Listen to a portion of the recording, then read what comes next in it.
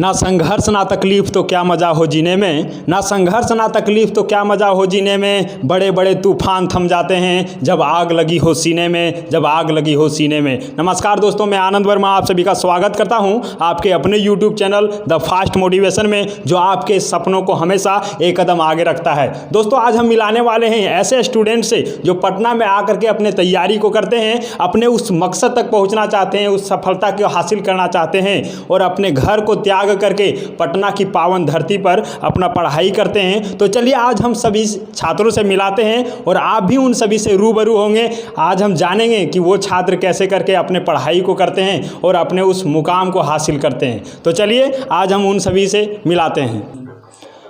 तो देखिए हम यहाँ पे आ चुके हैं और यहाँ पे देखिए हमारे एक भाई जी पढ़ रहे हैं और यहाँ से देखिए इनका अभी ऑनलाइन क्लास चल रहा है, जैसे कि लॉकडाउन का पीरियड है और अभी सारे क्लासेस बंद हैं। तो ये हमारे यहाँ पे पढ़ाई कर रहे हैं, मोबाइल से ही यूट्यूब पर पढ़ाई कर रहे हैं। तो चलिए हम इनसे आज बात करेंगे।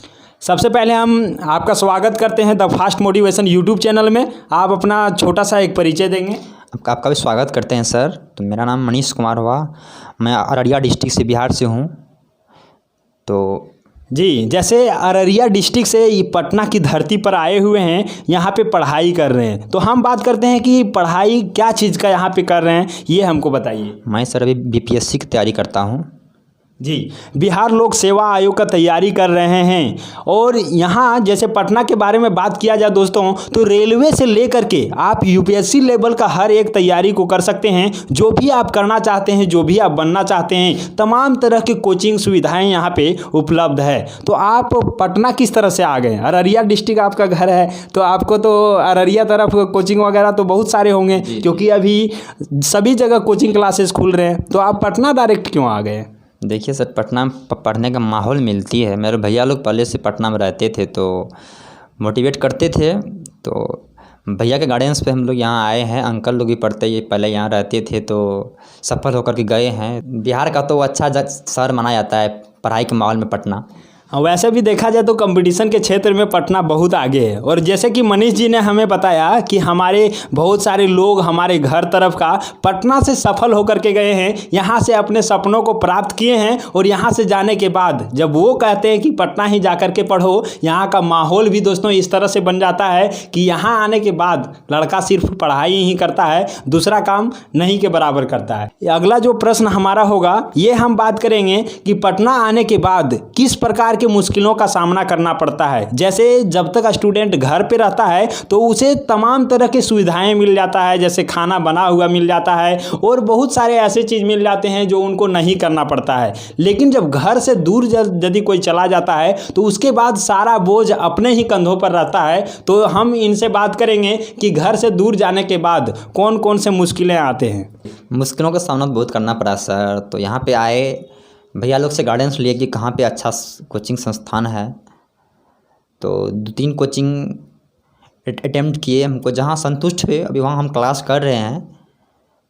तो मुश्किलों तो सर बहुत है, उतना तो सर व्याख्या करेंगे तो बहुत सारा मुश्किल लाइफ में आते हैं, जब आता है। मुश्किलों का तो सामना नहीं किए तो तब कुछ अलग अथी आता है ना मुश्किल। जी, मुश्किलें जैसा कि कहा गया कि जब तक ज़िंदगी है तब तक मुश्किलें हैं। यदि आपके ज़िंदगी में मुश्किलें नहीं आ रहा है तो ये जान लीजिए कि आप सही डायरेक्शन पर नहीं हैं। और यदि मुश्किलें आ रहा है तो उसका चुनौती का सामना करते हुए, मुश्किलों का सामना करते हुए आप आगे बढ़ते हुए चले जाइए। और आप यदि मुश्किलों का सामना करते हुए आगे बढ़ेंगे दोस्तों, तो आप भी निखरते हुए चले जाएंगे। तो जैसा कि अररिया से आकर के यहाँ पर पटना में पढ़ रहे हैं, तो वैसे स्टूडेंट जो उस डिस्ट्रिक्ट से या फिर कोई अदर डिस्ट्रिक्ट से भी पटना आकर के पढ़ाई करना चाहता है, पटना का नाम बहुत सुना हुआ है और उनका भी दिल कर रहा है कि हम भी पटना आकर के पढ़ें, तो वैसे स्टूडेंट को आप क्या कहना चाहेंगे?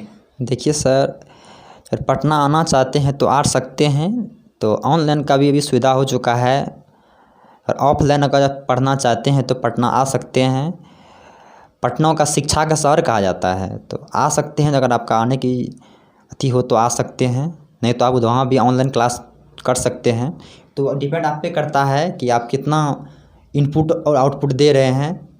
जी, जैसा कहा गया है कि यहाँ पे कोई ये नहीं है कि क्षेत्र विशेष का कोई महत्व नहीं होता है वैसे आज देखा जाए तो, क्योंकि आपको खुद से ये डिसाइड करना है कि हम यदि पटना ही चले गए तो यहाँ आकर के यदि आप पढ़ाई सेल्फ स्टडी नहीं करते हैं तो ये मायने नहीं रह जाता है कि आप पटना से पढ़ रहे हैं, या फिर आप दिल्ली ही चले गए वहाँ पे ये मायने नहीं रहता है कि आप क्या कर रहे हैं। यदि आप खुद से बैठ करके अपने घरों में ही तैयारी कर रहे हैं तो आपका भी सिलेक्शन निश्चित होता है। तो ये कभी नहीं मायने रखता है कि आप कहाँ से पढ़ रहे हैं।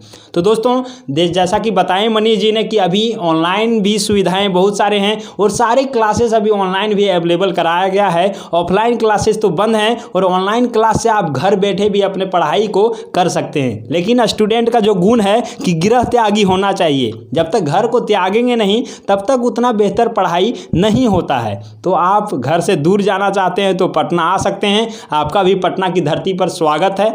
तो हम अब बात करने वाले हैं कि पटना में आने के बाद जैसे घर से जब दूर कोई चला जाता है तो उनको लगता है कि हम चारों तरफ से मुक्त हो गए हैं, अब यहाँ पे हम कुछ भी कर सकते हैं, कोई बंधन नहीं रहता है। और उसी तरह से बहुत सारे स्टूडेंट आते हैं तो यहाँ पे संडे को पार्क चले गए, कुछ अदर दिन चले गए, कहीं पे घाट घूमने चले गए, कहीं चिड़ियाघर घूमने चले गए। तो आप भी कहीं पे घूमने जाते हैं या फिर आप सिर्फ अपना पढ़ाई ही करते हैं? नहीं सर, हम तो अभी तक कहीं घूमने के लिए पार्क नहीं गए हैं। अपना रूम के सिवा और कोचिंग के सिवा तो कहीं नहीं गए हैं, क्योंकि कोई मकसद से आए हैं तो सपना साकार करके ही जाना है ना पटना से।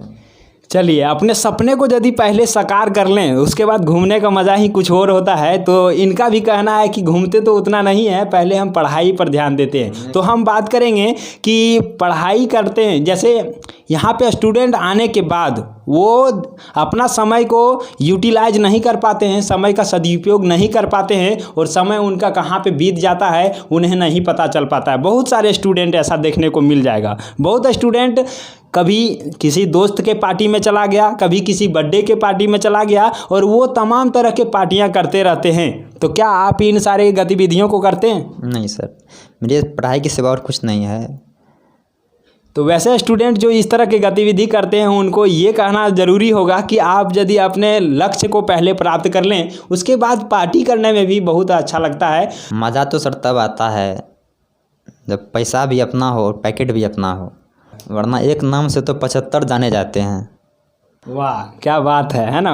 मज़ा तो तब आता है जब पैसा भी अपना हो और पैकेट भी अपना हो। वाह भाई, मतलब क्या है कि अपने पैसे के आधार पर यदि आप मस्ती करते हैं तो उसका मज़ा ही कुछ हो रहा है ना। एक नाम से बहुत सारे जाने जाते हैं, लेकिन आपको एक अलग पहचान बनाना है, आपको एक अलग छवि बनाना है, तो उसके लिए आपको मेहनत तो करना ही होगा, है ना। सफलता ही दुनिया का परिचय कराता है। सफलता, जैसे सफलता ही दुनिया का परिचय कराता है। इसका मतलब क्या हुआ कि आप यदि सफल हो गए तो आपको परिचय का मोहताज आप नहीं रह जाते हैं, आपको परिचय देने का कोई ज़रूरत नहीं होता है, क्योंकि आपका सफलता ही दुनिया के साथ आपका परिचय करा दिया कि आप एक सफल व्यक्ति हैं। तो जैसा कि आपने देखा कि पटना आने का मकसद इनका था कि यहाँ पे सारे चीज़ अवेलेबल है, क्लास चाहे वो ऑफलाइन हो या फिर ऑनलाइन हो, या वहाँ पे बात करें दोस्तों कि बहुत सारे वैकेंसी आते हैं तो उनका टेस्ट सीरीज भी कराया जाता है। तो यहाँ पे सारे मॉक टेस्ट सीरीज भी अवेलेबल होते हैं और यहाँ पे बेस्ट टीचर भी हैं। तो इसीलिए इनका मकसद हुआ कि हम क्यों ना वहीं पे एक ही बार जा कर के पढ़ाई करें। वैसे तो हर डिस्ट्रिक्ट में भी पढ़ाई होता है, लेकिन ये अपने डिस्ट्रिक्ट में नहीं रहे बल्कि पटना आ गए। तो यदि आप भी पटना आना चाहते हैं तो अपने उस मुकाम को हासिल करना चाहते हैं तो आपका भी स्वागत है पटना की धरती पर। अब हम बात करेंगे कि यहाँ पे आने के बाद स्टूडेंट का क्या राय होता है। वो डायरेक्ट क्लास ज्वाइन करते हैं या फिर वो किसी स्टूडेंट से जो पहले रह रहे होते हैं उनसे सुझाव लेते हैं। तो बताइए आप क्या किए थे? हम आए तो पहले भाई लोग क्लास करते थे, भाई लोग से पता किए कि कहाँ अच्छा पढ़ाई होते हैं, कहाँ अच्छा टेस्ट सीरीज है। तो भाई लोग से पता किए तो वहाँ जाकर क्लास ज्वाइन किए। अभी हम फ़िलहाल क्लास कर रहे हैं। अभी तो ऑफलाइन क्लास तो अभी बंद है, फिलहाल अभी ऑनलाइन क्लास कर रहा हूँ। लॉकडाउन की वजह से तो पढ़ाई तो पूरा छिन्न भिन्न हो गया है, तब पर भी हम लोग अभी ऑनलाइन क्लास कर रहे हैं।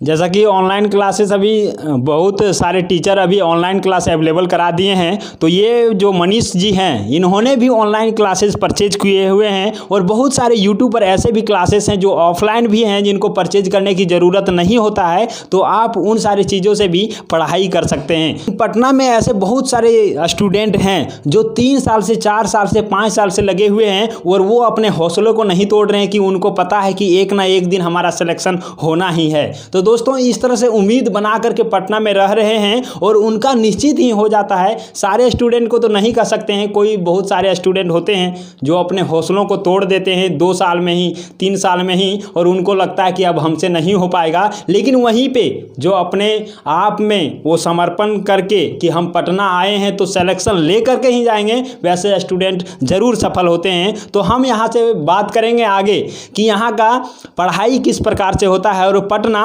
कैसा लगा आपको, ये बताइए। हमको सर बहुत अच्छा पटना लगा। पढ़ाई के माहौल में पटना अभी बिहार में नंबर 1 माना जाता है। तो बहुत सारे यहाँ पर संस्थान सब है, कोचिंग सब है, अच्छा सब सर लोग हैं। तो अगर माँ बाप का सपना लेकर, कोई सपना लेकर अगर आप पटना आए हैं तो उसका सपना को साकार कीजिए। आकर के फालतू यहाँ पे कुछ इधर उधर करना, कहीं पार्क घूमना, कहीं घूमना, ये तो अच्छी बात नहीं है जी। जैसे आप अपने मकसद को प्राप्त कर लेते हैं ना, उसके बाद घूमने का मज़ा ही कुछ और होता है। लेकिन आप बेगारी में यदि घूम रहे हैं ना तो आपको अंदर से भी चोट लगता है। लेकिन बहुत सारे स्टूडेंट होते हैं जो नहीं सोच पाते हैं इन सारे चीज़ों को और वो अपना समय बर्बाद करते हैं। वैसे मैं बता दूं कि पटना आने वाले स्टूडेंट यहाँ पे आने के बाद क्लासेस इतना कर लेते हैं कि उनको वैसे तो समय नहीं मिल पाता है। लेकिन कुछ लोग होते हैं जो जिनको 4 सब्जेक्ट पढ़ना है, जैसे मैथ हो गया, रीजनिंग हो गया, जीके जीएस हो गया और इंग्लिश हो गया, तो उन स्टूडेंट को क्या है कि 2 सब्जेक्ट एक बार में करते हैं और फिर वो कंप्लीट हो जाने के बाद 2 सब्जेक्ट और करते हैं। फिर उसी तरह से क्या होता है, उनके पास समय बच जाता है और समय बच जाता है तो उसका मिसयूज कर देते हैं। तो दोस्तों आप सभी को ये वीडियो बहुत अच्छा लगा होगा, तो चैनल को सब्सक्राइब कर लीजिएगा और वीडियो को लाइक कर दीजिएगा और अपने दोस्तों के साथ जो पढ़ाई कर रहे हैं उनके साथ शेयर भी कर दीजिएगा। तो हम आपसे मिलते हैं अगले वीडियो में, तब तक के लिए जय हिंद, वंदे मातरम।